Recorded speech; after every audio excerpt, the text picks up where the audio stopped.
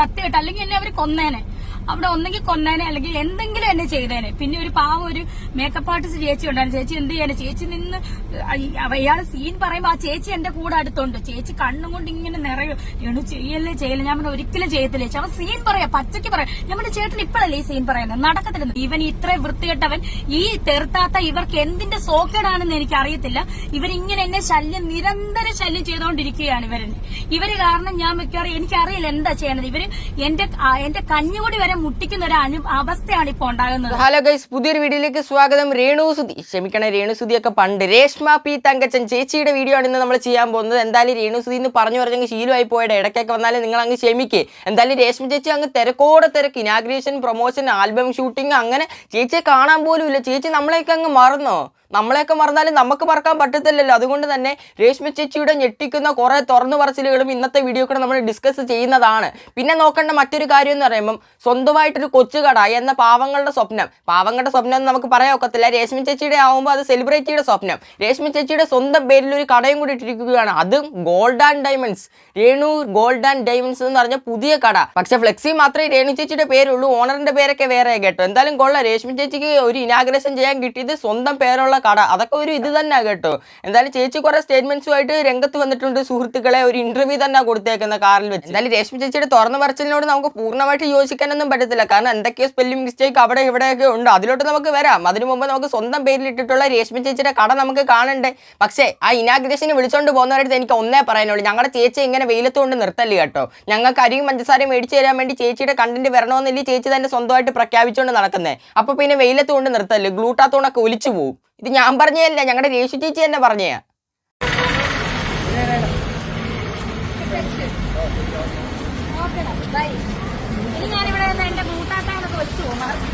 മാറിക്കൊറ, ഗ്ലൂട്ടാത്തോണ്ട് ഒലിച്ചു പോകും.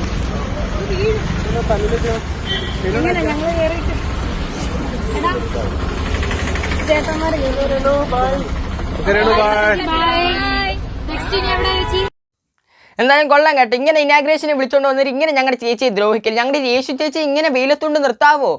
ആ മേക്കപ്പും ഗൂഢാത്തോണും ഒക്കെ ഒലിച്ചു പോകത്തില്ലയോ? ഇനിയെങ്കിലും കൊണ്ടുവന്ന് തണലത്ത് നിർത്തണം. ഇനാഗ്രേഷനൊക്കെ വിളിച്ചോണ്ട് വന്ന കൊള്ളാം. ഞങ്ങളുടെ സ്വന്തം കണ്ടന്റ് പൂർണ്ണശ്ശേരി എന്ന് പറഞ്ഞാൽ രേഷ്മ ചേച്ചി വെയിലത്ത് കൊണ്ട് നിർത്തിക്കഴിഞ്ഞാൽ ഇനി നോക്കിക്കും. എന്റെ പൊന്നു രേഷു ചേച്ചി, ഞാൻ വിചാരിച്ചു വിദേശത്തൊക്കെ പോയിട്ട് വന്നപ്പോഴേക്ക് രേഷു ചേച്ചിക്ക് കുറച്ച് ബുദ്ധിയൊക്കെ വെച്ചെന്ന്. എങ്ങനെ കണക്കാ, കാക്ക കുളിച്ചാൽ കൊക്ക ആവുമോ?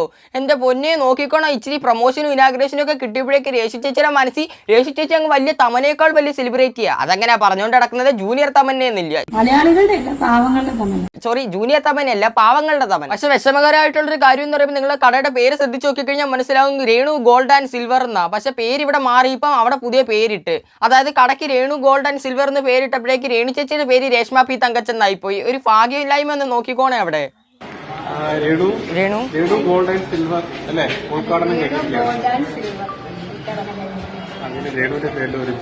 എന്റെ പേര് മാത്രമേ ഉള്ളൂ. അതൊരു മഹാരാഷ്ട്രയിലെ ദേവിയുടെ പേരാണ്, രേണുക ദേവി. ഐശ്വര്യത്തിന്റെ ദേവിയാണ്, നല്ല ഐശ്വര്യമുള്ള ഫേസ് ആണ് ദേവിയുടെ.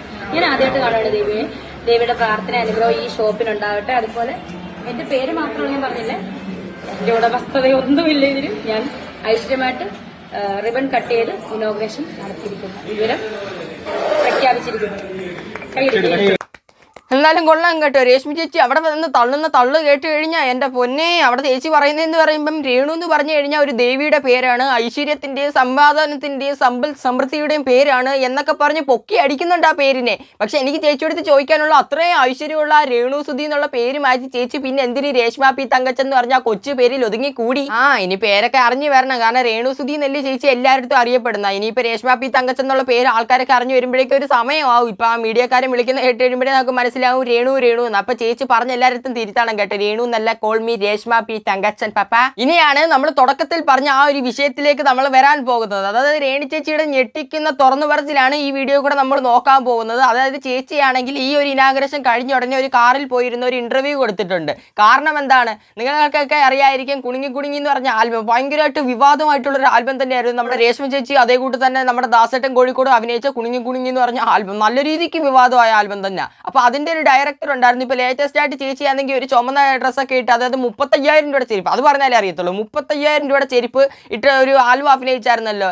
ആ ആൽബത്തിന്റെ ഡയറക്ടറോ പ്രൊഡ്യൂസറോ അങ്ങാണ്ട പുള്ളിയാണെങ്കിൽ ഒരു ഇന്റർവ്യൂ കൊടുത്തിട്ടുണ്ടായിരുന്നു. ആ ഇന്റർവ്യൂ വെച്ച് പുള്ളിക്കാരൻ കുറെ രേഷ്മി ചേച്ചിയുടെ കള്ളത്തരങ്ങളെല്ലാം പൊളിച്ചടിക്കുമെന്ന് പറഞ്ഞാൽ രേഷ്മി ചേച്ചി ഇപ്പം അതിനെതിരായിട്ട്, അതിന് ഓപ്പോസിറ്റ് ആയിട്ട് പുതിയൊരു ഇന്റർവ്യൂ കൂടെ കൊടുത്തിട്ടുള്ളത്. എന്തൊക്കെയാന്ന് നോക്കിക്കോണേ സംഭവം സത്യം പറഞ്ഞു കഴിഞ്ഞാൽ നടക്കുന്നേ. എനിക്ക് ചേച്ചിയെടുത്ത് ചോദിക്കാനുള്ളൊരു ചോദ്യം എന്ന് പറയുമ്പം, ഇങ്ങനെ എന്തെങ്കിലും അവിടെ വെച്ചിട്ട് ചേച്ചിക്ക് അഭിനയിക്കാൻ വല്ല ബുദ്ധിമുട്ടുണ്ടായിരുന്നെങ്കിൽ ചേച്ചി അവിടെ വെച്ച് പറയണമായിരുന്നു, എനിക്ക് അഭിനയിക്കാൻ ബുദ്ധിമുട്ടുണ്ട്. എന്നിട്ട് എവിടെ നിന്ന് ഇറങ്ങി വന്ന് വേണമെങ്കിൽ മീഡിയക്കാരുടെ അടുത്ത് പറയായിരുന്നു. ഇത് ഇത്രയും ദിവസം കഴിഞ്ഞ് ആ പുള്ളിക്കാരന് ഒരു ഇന്റർവ്യൂ കൊടുത്തതിന് ശേഷം ചേച്ചി വന്നിട്ട് ഇവിടെ ഒരു ഇന്റർവ്യൂ കൊടുക്കുന്നത്. ഇത് പണ്ട് തൊട്ടേ കാണുന്നൊരു സംഭവം. അവരെന്തെങ്കിലും ഒരു കാര്യം പറഞ്ഞാൽ മാത്രമേ അതിനെതിരായിട്ട് വരത്തുള്ളൂ. അല്ലാതെ അതിന് മുമ്പ് എന്തൊക്കെ കുഴപ്പം പറ്റിക്കഴിഞ്ഞാലും ചേച്ചി അത് വന്ന് പറയത്തില്ല കേട്ടോ. എന്തായാലും അതൊക്കെ കണ്ടു നോക്കാം. ഇവൻ ഇത്ര വൃത്തികെട്ടവൻ, ഈ തെറുത്താത്ത ഇവർക്ക് എന്തിന്റെ സോക്കേടാണെന്ന് എനിക്ക് അറിയത്തില്ല. ഇവരിങ്ങനെ എന്നെ നിരന്തര ശല്യം ചെയ്തുകൊണ്ടിരിക്കുകയാണ് ഇവര് കാരണം ഞാൻ മിക്കവാറും എനിക്കറിയില്ല എന്താ ചെയ്യണത്. ഇവര് എന്റെ കഞ്ഞുകൂടി വരെ മുട്ടിക്കുന്ന ഒരു അവസ്ഥയാണ് ഇപ്പൊ ഉണ്ടാകുന്നത്. ഇവരെ എന്നെ അവിടെ വെച്ച് ഞാൻ പറയട്ടെ, ഇവരിപ്പോ ഈ പറഞ്ഞല്ലോ 8 മീഡിയക്കാർ, ഇയാൾ ഈ വിപിൻ എന്ന് പറഞ്ഞ് തെണ്ടി വിളിച്ചിട്ടാണ് അവര് വന്നത്. ഇവര് വന്ന് ഓഹോ ചേച്ചി എന്നാലും ഇംഗ്ലീഷ് ഒന്നും പറയുന്നില്ല കേട്ടോ. ജോസഫേ, കുട്ടിക്ക് മലയാളം അറിയാം, നല്ല പച്ച ഭാഷയ്ക്ക് സംസാരിക്കാൻ വേണ്ടി നമ്മുടെ രേഷ്മി ചേച്ചിക്ക് അറിയാവുന്ന ഇതിൽ കൂടെ മനസ്സിലായല്ലോ. പക്ഷെ ആരാണ് രേഷ്മി ചേച്ചിയുടെ കഞ്ഞി പാറ്റയിടാൻ നിൽക്കുന്നത്? ഇവരെന്നെ അവിടെ കൊന്ന് കുളിച്ചു മൂടിയാനെന്ന് ഇപ്പൊ എനിക്ക് സംശയമുണ്ട്, പേടിയുണ്ട്. സത്യം ഇവരെല്ലാം എന്നെ എന്തെങ്കിലും ചെയ്തേനെ. സത്യസന്ധമായിട്ട് പറയാം. കാര്യം ഞാനടക്കമുള്ള ആൾക്കാർക്ക് ലൊക്കേഷൻ അടക്കം ഡേറ്റ് അടക്കം അയച്ചു തന്നിട്ടുണ്ടായിരുന്നു. അപ്പം ഇവൻ വിളിച്ച മീഡിയക്കാര് തന്നെയാണ്. കണ്ടോ അവിടെ ഒരു ഹിന്റ് ഇട്ട് തരുന്നുണ്ട് ആ മീഡിയക്കാരൻ തന്നെ. ഞങ്ങൾക്ക് എല്ലാവർക്കും ചേച്ചിയാണെങ്കിൽ ആ ആൽബം അഭിനയിക്കാൻ പോകുന്ന ഡേറ്റ്, സ്ഥലം എല്ലാം അയച്ചു കൊടുത്തിട്ടുണ്ടായിരുന്നെന്ന്. അപ്പൊ കുറെ ആൾക്കാരെ സംശയത്തിനുള്ള ഉത്തരം കിട്ടിയല്ലോ. കുറെ ആൾക്കാർ ചോദിക്കുന്നുണ്ടായിരുന്നു, എങ്ങനെ കറക്റ്റ് ഈ രേഷ്മി ചേച്ചി അഭിനയിക്കാൻ വരുമ്പോൾ അവിടെ എങ്ങനെ ഇത്രയും മീഡിയക്കാർ വരുന്നത്, അവരെങ്ങനെ ഊഹിച്ചറിഞ്ഞ് വരുവാന്നോ? അല്ല, രേഷ്മി ചേച്ചി തന്നെ ഇതെല്ലാം ഡീറ്റെയിൽസ് എല്ലാം അയച്ചു കൊടുക്കുന്നത്. എന്തായാലും കൊള്ളാം കേട്ടോ. ഈ ഒരു വീഡിയോ ആ ഒരു ഡീറ്റെയിൽ അറിയാൻ പറ്റി. രേണുവിന് അവസാനമായിട്ട് രക്ഷകരായിട്ട് എത്തിയത് സത്യമായിട്ട്. അല്ലെങ്കിൽ എന്നെ അവര് കൊന്നേനെ, അവിടെ ഒന്നെങ്കിൽ കൊന്നേനെ അല്ലെങ്കിൽ എന്തെങ്കിലും എന്നെ ചെയ്തേനെ. പിന്നെ ഒരു ഒരു മേക്കപ്പ് ആർട്ടിസ്റ്റ് ചേച്ചി ഉണ്ടായിരുന്നു. ചേച്ചി എന്ത് ചെയ്യാനെ, ചേച്ചി നിന്ന് അയാള് സീൻ പറയുമ്പോ ആ ചേച്ചി എന്റെ കൂടെ അടുത്തുണ്ട്. ചേച്ചി കണ്ണും കൊണ്ട് ഇങ്ങനെ നിറയും, എണു ചെയ്യല്ലേ ഞാൻ പറഞ്ഞ ഒരിക്കലും ചെയ്യത്തില്ല ചേച്ചി. അവൻ സീൻ പറയാം, പച്ചയ്ക്ക് പറയാം. നമ്മുടെ ചേട്ടൻ ഇപ്പോഴല്ലേ ഈ സീൻ പറയുന്നത്, നടക്കത്തില്ലെന്ന്. ഇതൊക്കെ എവിടുത്തെ ന്യായമാണ്? ഇവന്റെ ഭാര്യയെ കൊണ്ട് ചെയ്യിപ്പിക്കാൻ ഞാൻ പറഞ്ഞു, അത്ര ഞാൻ പറഞ്ഞു. പക്ഷെ ഞാൻ എന്നിട്ട് പോലും മാന്യമായിട്ടാണ് ലാസ്റ്റ് എനിക്ക് സഹി കെട്ടിട്ടാണ് ഞാൻ അത്ര ബഹളം വെച്ചത്. ഇതൊക്കെ നടന്നപ്പോ ചേച്ചി പറഞ്ഞിട്ടുണ്ടല്ലോ, അവിടെ ആണെങ്കിൽ മീഡിയക്കാരും വന്നിട്ടുണ്ടായിരുന്നു. ചേച്ചി പ്ലേസും ഡീറ്റെയിലും ഒക്കെ അയച്ചു കൊടുത്ത് മീഡിയക്കാരും ആ പ്ലേസിൽ വന്നിട്ടുണ്ടെന്ന് ചേച്ചി ആ മീഡിയക്കാരും പറഞ്ഞിട്ടുണ്ടായിരുന്നല്ലോ. അപ്പൊ പിന്നെ ആ ഒരു ടൈമിൽ എന്തുകൊണ്ട് മീഡിയക്കാരുടെ അടുത്ത് പറഞ്ഞില്ല? അല്ലെങ്കിൽ ചേച്ചി പുറത്ത് വന്നിട്ട് അത് അഭിനയിക്കാൻ താല്പര്യമില്ലെന്ന് പറഞ്ഞാൽ അന്നേരം ഇറങ്ങി വന്നില്ല. ഇപ്പോഴാ പറയുന്നത്, ആ പുള്ളിക്കാരൻ ഒരു ഇന്റർവ്യൂ കൊടുത്തതിന് ശേഷം ആ പുള്ളിക്കാരി വന്നിവിടെ സംസാരിക്കുന്നേ. ഇതാ ഞാൻ തുടക്കത്തിൽ പറഞ്ഞ, എവിടേക്കോ എന്തൊക്കെയോ ഒരു സ്പെല്ലിംഗ് മിസ്റ്റേക്ക് ഇല്ലയോ ആർക്കറിയാം. ആ വ്യക്തമായിട്ട് ആ വീഡിയോക്കകത്ത് അവൻ അയച്ച വീഡിയോക്കകത്തുണ്ട്, എനിക്ക് ഈ ഡ്രസ്സിനകത്ത് ചെയ്യാൻ പറ്റൂലെന്ന് തന്നെയാണ് ഞാൻ ബഹളം വെക്കുന്നത്. അല്ലാതെ ഇവൻ പറയുന്നത്. പിന്നെ ഇവനൊരു കള്ളത്തരം പറഞ്ഞിട്ടുണ്ട്. എന്നെ കേറ്റത് ജിന്നെന്ന് പറയുന്ന ഡയറക്ടറിന്റെ ആൽബം കരിമിഴി കണ്ടാലേ, അല്ലാതെ ഇവന്റെ കുണുങ്ങി ആൽബത്തിലല്ല ഞാൻ കയറിയത്. എടാ, ഇതൊക്കെ ഏത് ആൽബോടെ? കരിമിഴി കണ്ണാലേ? ഇവൻ എന്നെ ഒരു കോപ്പിലും കേട്ടില്ല. കുണുങ്ങി ആൽബം അന്ന് ഇറങ്ങിയപ്പോ ജിന്നിന്റെ ആൽബം ഹിറ്റായി നിൽക്കുക, മില്യൺസ് അടിച്ച് കയറി നിൽക്കുക. നിങ്ങളിൽ എല്ലാവർക്കും അറിയാം ജിന്നിന്റെ ആൽബം. പിന്നെ അത് ജിന്നിന്റെ ആൽബം ആയതുകൊണ്ടല്ല ചേച്ചി അഭിനയിച്ചോണ്ടാ. ഞങ്ങളുടെ രേഷ്മി ചേച്ചി അഭിനയിച്ചു കഴിഞ്ഞാൽ അവിടെ തൊടുന്നതെല്ലാം പൊന്നാ. അതുകൊണ്ടാ രേഷ്മി ചേച്ചി അഭിനയിച്ചോണ്ട് അത് മില്യൺസ് കടന്നു, അല്ലാതെ ജിന്നിന്റെ ഇതുകൊണ്ടല്ല. അത് മനസ്സിലാക്കേ. രേഷ്മി ചേച്ചി പണ്ട് തൊട്ട് സ്വന്തമായിട്ട് അങ്ങ് താഴ്ത്തി. രേഷ്മി ചേച്ചി അഭിനയിച്ചോണ്ട് അത് മില്യൺ അടിച്ചെന്ന് പറഞ്ഞ് കൊടുക്കുക രേഷ്മി ചേച്ചി അങ്ങോട്ട്. എന്നെ കണ്ടതും കരിമിഴി കണ്ണാലേ ഞാൻ ഹിറ്റായതും ഞാൻ ആ ആൽബത്തിലാണ്, അല്ലാതെ ഇവന്റെ ആൽബത്തിലല്ല. ഇവൻ ഇത്ര ചതി ഈ തെറുത്താത്തയായിട്ട് കൂടിച്ചേർന്ന് ഇത്ര ചതി ചെയ്തുകൊണ്ടാണ് ഞാൻ ഇത്ര വൃത്തികെട്ട രീതിയിൽ അവനോട് ഞാൻ പറയുന്നത്. അല്ല ഞാനിത് മിണ്ടാതിരിക്കും. ഈ മീഡിയക്കാരും എന്നോട് ചോദിച്ചില്ലല്ലോ. നമുക്ക് ഈ ആൽബത്തിനും അവർക്കും ഒരു പ്രശ്നം വരാതിരിക്കാനാണ് നിങ്ങൾ ആരും ഇതിപ്പോ അവര് പറഞ്ഞല്ലോ വീഡിയോ എടുത്തില്ല. പക്ഷെ ഇവര് അതിബുദ്ധിമാന്മാരാണ്, അതുകൊണ്ടാണ് അവരങ്ങനെ വീഡിയോ എടുത്തത്. അപ്പൊ എനിക്ക് മനസ്സിലായി എവിടെയോ എന്തോ ചതിയുണ്ട്. ഞാൻ എന്തായാലും ആ ഡ്രസ്സ് ഇവരീ പറഞ്ഞ വൃത്തികെട്ട ഈ ഡ്രസ്സ് ഇട്ടുകൊണ്ട് ഞാൻ അഭിനയിക്കത്തില്ലെന്ന് തന്നെ ഞാൻ തീരുമാനിച്ച കാര്യമാണ്. അങ്ങനെയാണ് ഞാൻ ഇറങ്ങിപ്പോകുന്നത്. കൊള്ളാം കേട്ടോ. എന്തൊക്കെ വെളിപ്പെടുത്തലുകളാണ് അതിന്റെ പിന്നാലെ വരുന്നതെന്ന് നോക്കിക്കോണേ. ഈ ഇടയ്ക്ക് ഒരു 3-4 ദിവസം മുമ്പ് നമ്മൾ തന്നെ അതിന്റെ ഒരു വീഡിയോ ചെയ്തിട്ടുള്ളൂ. അതായത് ചേച്ചി അതിന്റെ ഒരു ചുമന്ന ഡ്രസ്സും അങ്ങനെ പറഞ്ഞു കഴിഞ്ഞാൽ ആർക്കും അറിയത്തില്ല. ആ 35,000 രൂപയുടെ ചെരുപ്പ്, 35,000 രൂപയുടെ ചെരുപ്പൊക്കെ കൊണ്ട് ചേച്ചി ഒരു ആൽബം അഭിനയിക്കാൻ പോകുന്നത് എല്ലാവരും കണ്ടയാ. ആ ഒരു സംഭവം ചേച്ചി ഇവിടെ പരാമർശിച്ചുകൊണ്ടിരിക്കുന്നത്. എനിക്ക് അഭിനയിക്കാൻ താല്പര്യമില്ലായിരുന്നു, ഞാൻ ഇറങ്ങി പോയതാന്ന്.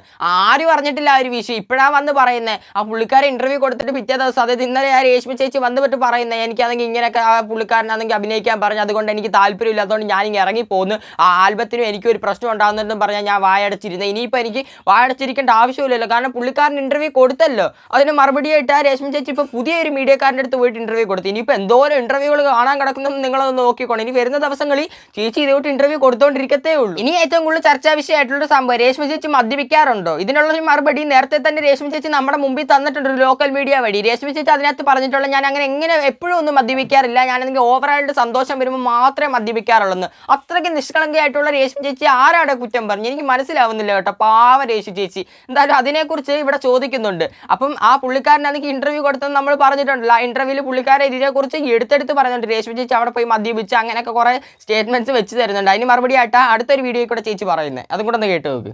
ഒരു മദ്യവും കഴിച്ചിട്ടില്ല, മയക്കുമരുന്നും കഴിച്ചിട്ടില്ല.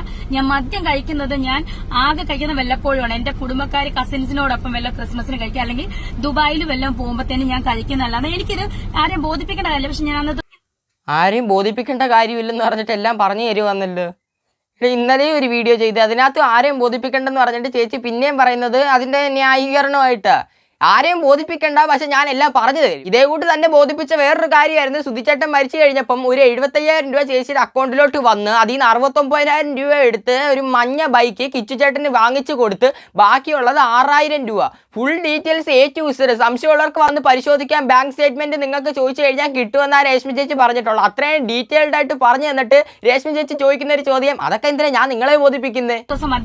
ഇന്നത്തെ അടുത്ത ഇവൻ പറഞ്ഞ അടുത്ത സീൻ, ഈ വിപിൻലാൽ എന്ന് പറഞ്ഞ ഇവൻ പറഞ്ഞ അടുത്ത സീൻ എന്താണെന്ന് ചോദിച്ചാൽ, ഞാൻ മദ്യം കഴിച്ചായിട്ട് അഭിനയിച്ചിട്ട് ഇയാളെ പിടിച്ച് ദേഹത്തോട്ട് ചേർത്തിട്ട് ഉമ്മ വെക്കണം, ഇയാളെ ഇങ്ങനെ തലയിലെ മുടി അഴിക്കണം. ഞാൻ പറഞ്ഞു നടക്കത്തില്ല ചേട്ടാ. അപ്പോഴും ഈ മീഡിയക്കാര് എന്റെ ഈ സുഹൃത്തുക്കളായിട്ടുള്ള മീഡിയക്കാരുടെ വെളിയിൽ ഇവരൊന്നും അറിയുന്ന പോലുമില്ല. സീൻ പറഞ്ഞു തരുവാന്ന് ഓർത്തെ. ഇവൻ എന്നിട്ട് ഇവരെ ഈ മീഡിയക്കാരെ വിളിച്ചു വരുത്തിയത് ഇവൻ തന്നെയാണ്. പ്രമോഷന് വേണ്ടിയിട്ട് വിളിച്ചു വരുത്തിയത് ഇവൻ തന്നെയാണ്. എന്നോട് നമ്പർ ചോദിച്ചപ്പോൾ എനിക്കറിയാവുന്ന 2-3 പേരുടെ നമ്പർ ഞാൻ കൊടുത്തു. ഇവൻ വിളിച്ചു വരുത്തിയത് പ്രമോഷൻ. ഇല്ല, അത്രയ്ക്ക് നിഷ്കളങ്കമായിട്ടുള്ള ഞങ്ങളുടെ രേഷു ചേച്ചിയുടെ എന്തൊക്കെയാ പറഞ്ഞിട്ടുള്ള ചേച്ചി എന്നെങ്കിൽ അന്നേരം ആ ടൈമിൽ വന്ന് മീഡിയക്കാരുടെ മുമ്പിൽ പറയണമായിരുന്നു. ഇപ്പൊ ഇത്രയും സമയം എന്തിനാ കാത്തിരുന്നേ? ആ പുള്ളിക്കാരൻ ഇന്റർവ്യൂ കൊടുത്തപ്പോഴാണ് രേഷു ചേച്ചിക്ക് ഇത് പറയാൻ തോന്നിയത്. അല്ല, എനിക്ക് മനസ്സിലാവുന്നില്ല. രേഷു ചേച്ചി അല്ല, ഇതൊക്കെ സ്വാഭാവിക. കാരണം രേഷ്മി ചേച്ചി ആണെങ്കിൽ ഈ കഴിഞ്ഞ പ്രശ്നങ്ങളെല്ലാം കുത്തിപ്പൊക്കിക്കൊണ്ടുവരുന്ന ഒരു കാര്യം നമ്മളെല്ലാം കണ്ടുകൊണ്ടിരിക്കുന്നത്. കാരണം എന്ന് പറയുമ്പോൾ രേഷ്മി ചേച്ചി എപ്പോഴെങ്കിലും സോഷ്യൽ മീഡിയയിൽ നിന്ന് അണഞ്ഞു നിന്ന് കഴിഞ്ഞാൽ പിന്നെ ഒന്ന് കത്തിക്കണ്ടേ? സോഷ്യൽ മീഡിയ പിന്നെയും കത്തിക്കാൻ വേണ്ടി രേഷ്മി ചേച്ചി കഴിഞ്ഞ കാര്യങ്ങൾ പിന്നെയും കുത്തിപ്പൊക്കും. ഈ ഇടയ്ക്കും അങ്ങനെ ഒരു വിഷയം നടന്നായിരുന്നു, പക്ഷെ ആരും തിരിഞ്ഞു നോക്കാത്തതുകൊണ്ട് അത് അതുവഴിക്ക് അങ്ങ് പോയി. അതേകൂട്ട് തന്നെ പിന്നെ ആൾക്കാരെ അങ്ങ് ചർച്ചാ വിഷയമാക്കാൻ വേണ്ടി ഈ ഒരു വിഷയം ഇടുന്നത്. ഇതിന് തൊട്ട് മുമ്പ് പറഞ്ഞിട്ടുള്ളത് കിച്ചുചേട്ടൻ്റെ ആ ഒരു ഇഷ്യൂ. അങ്ങനെ നോക്കിക്കോണം, കഴിഞ്ഞ പ്രശ്നങ്ങളെല്ലാം പിന്നെയും വലിച്ചോണ്ട് വരും. ആൾക്കാരൊക്കെ സംസാരിച്ച് ചേച്ചി പിന്നെയും ട്രെൻഡിങ് 1-ൽ തന്നെ കയറി വരാൻ വേണ്ടി പുതിയൊരു വെളിപ്പെടുത്തലും കൂടെ കേൾക്കാം. കമോൺ.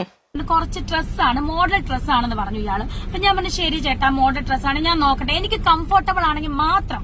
ഞാൻ റാസൽ ഗെയിമിൽ ദുബായിൽ പോവാ, നിങ്ങൾ എന്റെ വീട്ടിലോട്ട് അയച്ചു തന്നു, ഞാൻ വീട്ടിൽ വന്നിട്ട് 2 ദിവസം കഴിഞ്ഞ് കംഫർട്ടബിൾ ആണെങ്കിൽ മാത്രം ഞാനിത് ഇടത്തേ ഉള്ളൂ, ഇട്ട് അഭിനയിക്കാന്ന് പറഞ്ഞു. ശരി രേണു, ഞാൻ അയച്ചുതരാം. അപ്പം റാസൽ ഗെയിമിൽ നിങ്ങൾക്ക് അറിയാലോ, എനിക്ക് അവിടെ നമുക്ക് വാട്സപ്പ് കോൾ അവൈലബിൾ അല്ല. വോയിസ് കേട്ട ഞാൻ ഈ പ്രമോഷന് പോകുന്നത് 2 മണിക്കും 3 മണിക്കൊക്കെയാണ് ലേറ്റ് ആയിട്ട് ഞാൻ റൂമിൽ വരുന്നത്, പ്രമോഷൻ കഴിയുമ്പോഴത്തേനും 6 മണി തൊട്ടുള്ള. അപ്പൊ എനിക്ക് ഈ വോയിസ് ഒന്നും ഞാൻ കേൾക്കത്തില്ല. ചിലപ്പോ കേട്ടെന്ന് വരുത്തി തീർത്ത് ഞാൻ ലൈക്ക് ഇടും. ഇതാണ് കാര്യം. അപ്പം ഇയാൾ പറഞ്ഞതോ ഒന്നും ഞാൻ കേട്ടില്ല. ഇയാൾ പറഞ്ഞിട്ടുള്ളതൊന്നും എനിക്കറിയത്തില്ല. ഇന്ന സീനൊന്നും എന്നോട് ഒന്നും പറഞ്ഞിട്ടില്ല. ഒരു ആൽബം ഉണ്ടെന്നേ പറഞ്ഞിട്ടുള്ളൂ. പക്ഷെ ഇപ്പോഴെനിക്ക് മനസ്സിലായി, തെറുത്താത്തയുടെ കൊട്ടേഷനുമായിട്ട് എന്നെ എന്തോ കരുതി കൂട്ടി ഇവരെല്ലാം ചതിച്ചിട്ട് തെറുത്താത്തക്ക് ഇട്ടുകൊടുക്കാൻ വേണ്ടിയിട്ടുള്ള കൊട്ടേഷൻ. അതായത് എന്റെ ഹസ്ബൻഡിന്റെ വീട്ടിൽ പോയ തെറുത്താത്ത അതുപോലെ ഇപ്പൊ പലരെയും വെച്ചിട്ട് എന്നെ കൊടുക്കാനുള്ള ശ്രമമാണ് നടത്തിക്കൊണ്ടിരിക്കുന്നത്. എന്തായാലും കൊള്ളാൻ കേട്ടോ. രശ്മി ചേച്ചിയുടെ ആ ഒരു വെളിപ്പെടുത്തൽ വലിയൊരു വെളിപ്പെടുത്തൽ തന്നെയായിരുന്നു. കാരണം ആ ഒരു അതായത് കിച്ചുചേട്ടൻ്റെ ആ ഒരു വീഡിയോ വന്നപ്പോൾ ആ ഒരു ഇഷ്യൂവിൽ രശ്മി ചേച്ചി പറഞ്ഞിട്ടുള്ളത് മാനിപ്പുലേഷൻ എന്നായിരുന്നു. അപ്പോൾ ഇവിടെ രശ്മി ചേച്ചി ഉദ്ദേശിക്കുന്നത് അതും ഒരു മാനിപ്പുലേഷൻ ആയിരുന്നു, എനിക്കതിന് കൊട്ടേഷൻ കൊടുത്തതാണ്. പുതിയ കണ്ടുപിടുത്തങ്ങളുമായിട്ട് രശ്മി ചേച്ചി ഡെയിലി ഇങ്ങനെ അങ്ങ് സോഷ്യൽ മീഡിയയിലോട്ട് വരിക. എനിക്ക് മനസ്സിലാവുന്നില്ല. ഇതിൽ നോക്കിക്കഴിഞ്ഞാൽ നിങ്ങൾക്ക് മനസ്സിലാവും, ചെറുതായിട്ട് വിഷമം വരുന്ന രീതിയിൽ ഇപ്പം കരയും എന്നുള്ള രീതിയിലാണ് രശ്മി ചേച്ചി സംസാരിച്ചുകൊണ്ടിരിക്കുന്നത്. നിങ്ങൾ നോക്കിക്കോ, അടുത്ത ദിവസം വരുമ്പോൾ രശ്മി ചേച്ചി അടുത്ത റീൽസ് ഇടും ഡാൻസും കളിച്ചുകൊണ്ട്.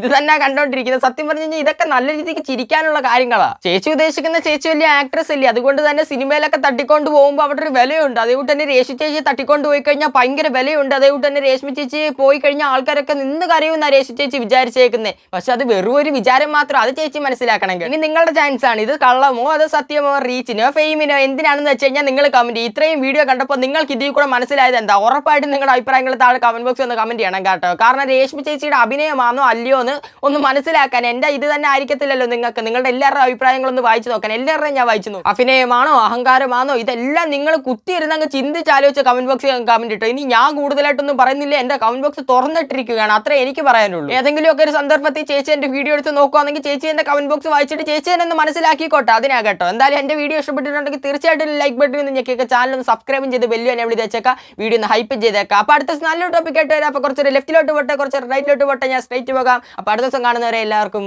ബൈ.